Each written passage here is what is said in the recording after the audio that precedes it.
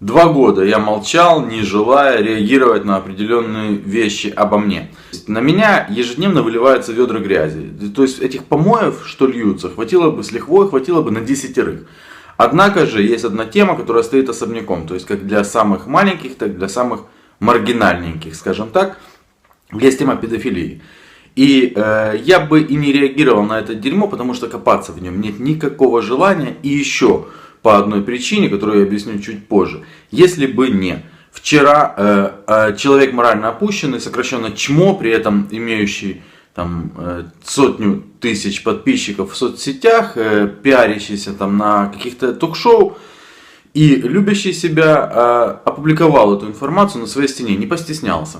То есть, как я понимаю, в борьбе со мной можно перейти уже любые рамки, абсолютно любые морально-этические рамки и рамки здравого смысла. Почему? Также объясню чуть позже. А теперь пришло время объяснить, почему не хотел трогать эту тему. Потому что я отлично знаю, как только я на эту тему среагирую, завтра появится еще 8 сестер, 28 братьев, 11 одноклассников и 4 тех, с кем я в детском садике был. Я это отлично понимаю, и они таки появятся. Но среагировать надо. И надо почему? Потому что следует объяснить, для чего это делается. 2 года назад в сети появилось видео с женщиной с опухшим лицом, с лицом алкоголички, которая начала рассказывать о том, что она моя сестра. И в первом видео, всего видео было 2 на моей памяти. В первом видео она рассказала о том, что я гей, наркоман, игроман, аферист, вор, понятно, педофил, порнограф, девушка моя проститутка, и в конце, чтобы это все объединить, она еще и сказала, сверху накрыть уже медным тазом, она сказала, что и машина у меня не оригинальная внутри. Также рассказывается, что я нищий и живу в лагере для беженцев. Первые несколько дней у меня была откровенная ярость. Просто ярость, на самом деле, каюсь. Потом прошли недели, и это уже стало смешным, потому что люди, у которых были задатки мозга, 0,5%, они понимают, что так долго, неделю, человека не могут искать за тяжкое преступление. Прошло 2 года. 2 года, и вы несете эту ахинею. Окей, погнали. Первый вопрос. Как по-вашему, какого рода преступлением считается преступление по педофилии, растление малолетних, съемка детской порнографии в Нидерландах? Я подскажу, может у кого-то Google поломался. Это тяжкое преступление. То есть 8, 10, 12. Более того, раскрою секрет. В любой из стран Евросоюза это тяжкое преступление. Таким образом, 2 года меня ищут на территории Евросоюза. А в легенде обо мне звучит так. Я спрятался от Нидерландов в Литве. То есть я спрятался в одной стране Евросоюза от другой страны Евросоюза. А теперь проведем небольшой ликбез по политико-правовому взаимоотношению стран Евросоюза. Мне не верится, что я это говорю, но я все-таки скажу. Пара слов.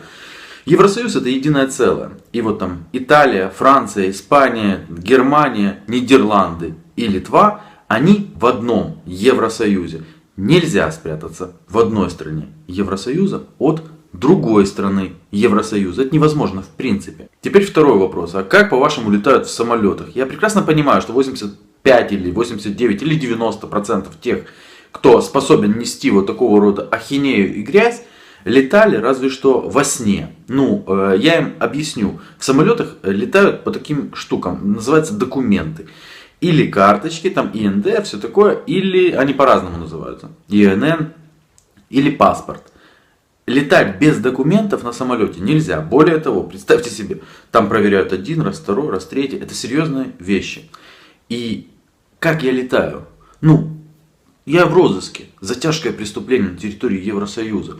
То есть я понимаю, что некоторые просто тупые, но те, кто несут это для тупых, далеко не тупые. Просто они знают, что те, кто это прочтут, тупые. Абсолютно тупые. Далее.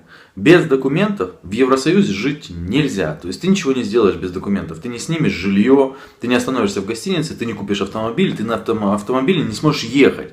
Почему? Опять-таки небольшая тайна Евросоюза. По всем трассам стоят камеры. Они фиксируют не только нарушение правил дорожного движения, но и номера автомобилей, которые зарегистрированы на людей, которые находятся в розыске. То бишь, передвигаться по Евросоюзу ты не можешь, находясь в розыске. Я вроде бы как и не передвигаюсь по этим легендам, нахожусь в Литве. Вы в Литве пальмы видели, к примеру?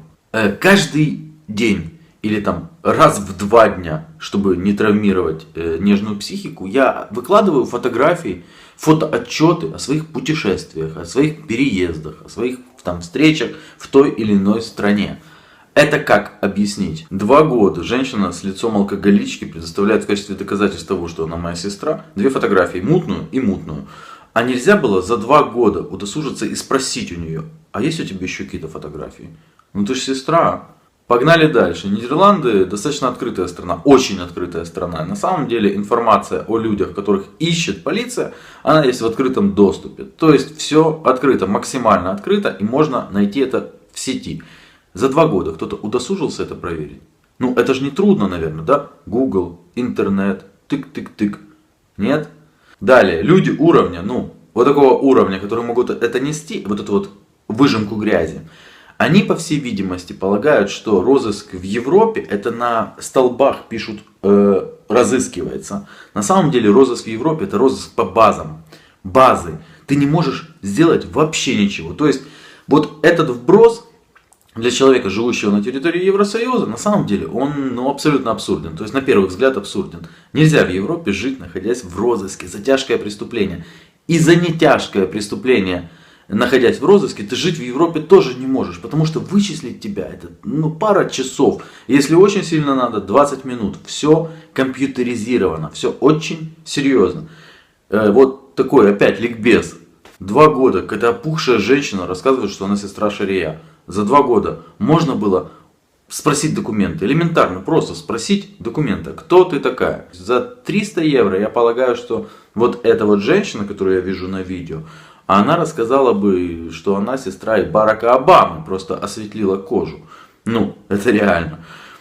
Мотивы других людей, которые это делают, они борются не по правилам. Кто борется не по правилам? Слабаки. Те, кто слабее. Для чего делается вот это вот? Это удар ниже пояса. Это вещи, которые за гранью. Это грязные вещи. Откровенно грязные. Ниже уровня плинтуса. Каждый раз, когда появляется вот такого рода вброс, эти люди пишут все на лбу: слабак, слабак, слабак. Вы люди морально опущенные. И я не говорю это для того, чтобы вы там взялись за голову, или там вам стыдно станет. Вам стыдно не станет, я знаю. И я знаю, что эти вбросы будут продолжаться. Я просто хочу, чтобы вы это услышали. Вы слабаки. И вы каждый раз это подчеркиваете. Я нагибаю вас в одиночку. Я нагибаю вас долго, я нагибаю вас больно. И я буду это дальше делать. Буду, несмотря на все вбросы. В общем-то, я закончил.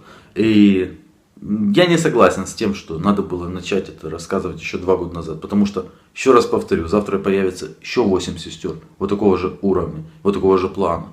И вбросы будут продолжаться. Потому что жизнь продолжается. И потому что я нагибаю лжецов. У меня на стороне правда, а у них ложь. Я круче в любом случае. Всем спасибо.